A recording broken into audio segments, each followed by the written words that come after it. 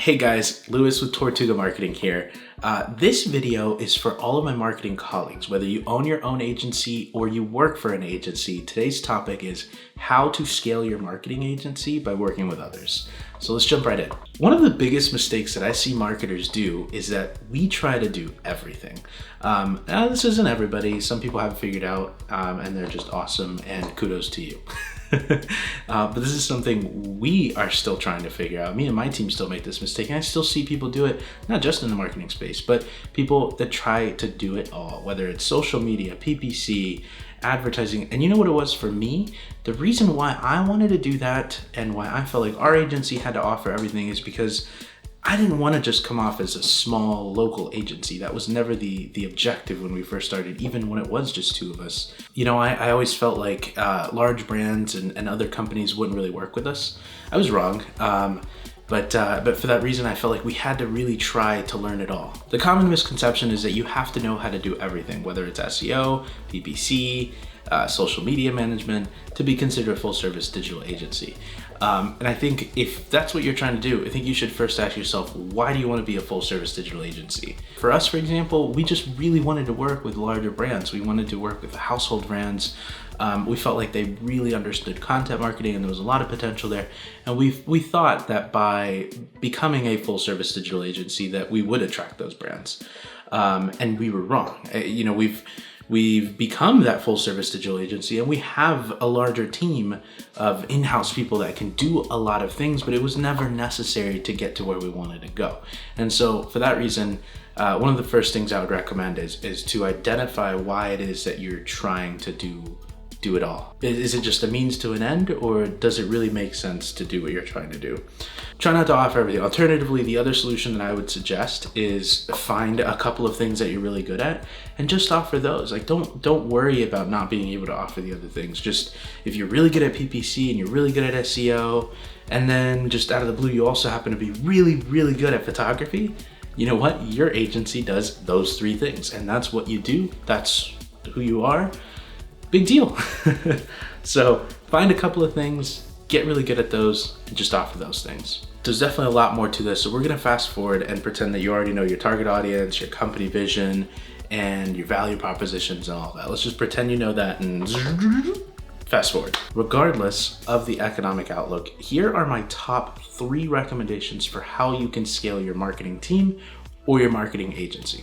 Number 1, and this is by far one of the most important and my favorite, partnerships and referrals. Reach out to other marketers, reach out to other marketing agencies. At one point I started doing this as opposed to cold calling, as opposed to doing other things. I found a lot of success by reaching out to other marketers and offering to help. Specifically, reach out to the ones where you have cohesive services, right? Where you're not really just asking for things and you're also not just giving them things. It's a mutually beneficial relationship. If you specialize in lead generation and all you do is bring in leads, maybe reach out to companies that do sales nurturing. If you're a web design company and all you do is web design, maybe reach out to companies that specialize in content and copywriting. That's kind of the pattern I'm going for here. So search for companies that you would connect with really well and offer your services, offer to help. Ask the decision maker, the owner, the marketing manager, if they would be willing to sit down with you for 15 minutes to go over what you do and to also educate you on a little bit on what they do. And there might be a way for you guys to work something out so where they can send you business and you can send them business. Everybody's trying to find ways to move forward, so why not do it together? Number 2 is white labeling. Now, I don't know if this is the exact definition, but essentially white labeling is when one company has a product or a service and it gets rebranded for another company, and then that company sells it and keeps some of the profit. So one company makes it, the other company sells it, and as far as the consumer knows, it came from that second company, not from the people that originally made it. There are some companies that do this really well. There are some companies that don't do this really well. I mean, there's pros and cons to everything, right? In this scenario, it makes scaling very easy because all you have to worry about is selling. If you're gonna white label somebody else's services, the other company is the one that has to worry about scaling and building their operations up. Not you, you just have to worry about selling. But now you're also the middleman. And so for me personally, that feels weird. I'd rather be the one building up production and building up a team and being that provider of services, because I feel safer and like I'm doing more of a long-term strategic play. But there's a time and a place for everything. And when you're getting started, when you're just trying to get going, sometimes white labeling just makes sense. And there are definitely other scenarios where white labeling does make sense. But reach out to companies. So if you, let's say a couple of different scenarios, if you've got a team and you're not getting enough sales, you could reach out to agencies who are getting started and offering to white label your services to them and give them the ability to sell everything you do, PPC, SEO, and just sit back, cash the checks. Don't worry about not getting credit. It's okay. Give them the ability to grow their brand, their team, while you bring in the revenue. And alternatively, if you're getting started, or if your company doesn't offer a handful of services that you would like to offer, feel free to reach out to other agencies and other companies that specialize in white labeling. They will happily sell you those services so that you can add it to your stack. So either way, I'm sure there's a way to make it work. Reach out to companies and ask. There's nothing wrong in asking.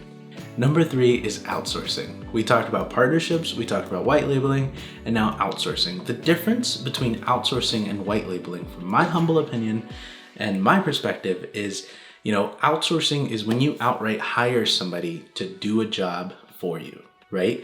There are different scenarios where this is super helpful. We sometimes outsource our work. For example, if we have a major video project and we need to hire a couple of freelancers, we'll do that. I kind of consider that outsourcing a little bit. Sometimes the entire bulk of the project will go to another video production company and they'll do the bulk of the work. We just kind of help a little bit with the creative and execution. That's outsourcing as well. You could really sit on either side of the fence here and benefit. If you're an agency that's just getting started, you could reach out to other companies. They might be able to hire you so that you can do work for them for a specific project. Offer your services to other companies. Like, don't think of them as competitors. There's business for everybody, and there's enough of it for everybody. So, I'm a very big firm believer, and that doesn't matter what city, what area or region you're in. There's plenty of business for everybody, and it really rubs me the wrong way when people are overly protective with their leads and their information. It's like, just be yourself, be authentic. And if you're doing a good job with your customers, nobody should be able to steal them anyways. One of the best things about outsourcing is the fact that you still have a little bit more control over the quality, because you're outright hiring somebody to do a job. You don't like the way it's done? You could tell them. You could tell them to do it better and do it differently and do it your way. With white labeling, you don't have that, because you're taking somebody else's service most of the time and their systems and their way of doing things, and you're if it works for you, you can take that and sell it, but most of the time you don't have a lot of control over how things are made when you're white labeling. But if you're outsourcing, you're hiring somebody. Now, there are also cons to it. Because you're hiring someone, you are taking a lot of the risk. If something goes down, some people would like to think that it's now their liability, but it's really not. It's ultimately going to come down. It's going to come down to, it's your fault. It's your project. You hired the person. You're responsible for the person, just like if you had hired a team member. You don't have payroll taxes or anything like that, but it's there. Well, the liability is definitely there. I think one of the biggest reasons why I like outsourcing and working with people that outsource more than I do white labeling is, we have a couple of partners that we work with, a couple of agencies, in our area that specialize in a very specific niche audience. And when they work with us and they bring us in on their clients, the first thing they do is they go, "This is Luis, this is, so-and-so with Tortuga Marketing. I'm bringing them in for this. They're gonna do A, B, and C." And we're allowed to communicate with the customer. It is their customer 100%. If a customer has questions related to the campaign, we'll refer them to the right person. We're in there to do our job. We're in and out, we do a good job. But the customer knows that it was us, and they know it wasn't, we were part of their team. There's just so many ways that white labeling could be handled incorrectly. It is a very powerful way of progressing and scaling your agency. So I definitely do think it wouldn't be smart to just overlook it entirely. And some agencies are just built that way 100% through and through, and they facilitate marketing campaigns by hiring professionals and pulling in a team. But that's their business model. What you're getting into by hiring them. That's fine too. I just don't like, I don't like when people are dishonest with their customers and not upfront. I'm a very upfront kind of person. I like for people to be direct, to the point, and transparent. So those are the three things that have worked for us really well. Again, my top recommendation, if you can do it, reach out to other companies that are targeting the same people, but different parts of the sales cycle, and offer to collaborate, offer to work together, to partner if there's any way. And when I say partnership, I don't mean like a business partnership where you have to own a percentage of their business by any means. I'm referring to more of a working partnership where you guys agree to help each other out, to share resources, to work together. I mean, that's pretty much all I had to say. I hope that was beneficial. We're all just doing our best to get by during these interesting times. I don't know if you're going to be watching this in the future or right away, but right now, while I'm filming this video, everybody's in quarantine. Most of the U.S. Local business is closed temporarily due to the coronavirus, and so my team has been working on creating a lot of internal content to help marketers, agencies, business owners, and brands to get through this. The only way that we're going to get through this situation is by working together. So I'm hoping that this was valuable to you. If you have questions on how I did it, I'm so happy to just share like what emails I send, what I usually say to people. But let me know if that's something you're interested in. I'm happy to go through that. I'm not looking to sell anything. I'm honestly just hoping that this is valuable to you guys. That's all I've got. Hope you guys have a wonderful day. Catch you on the next one.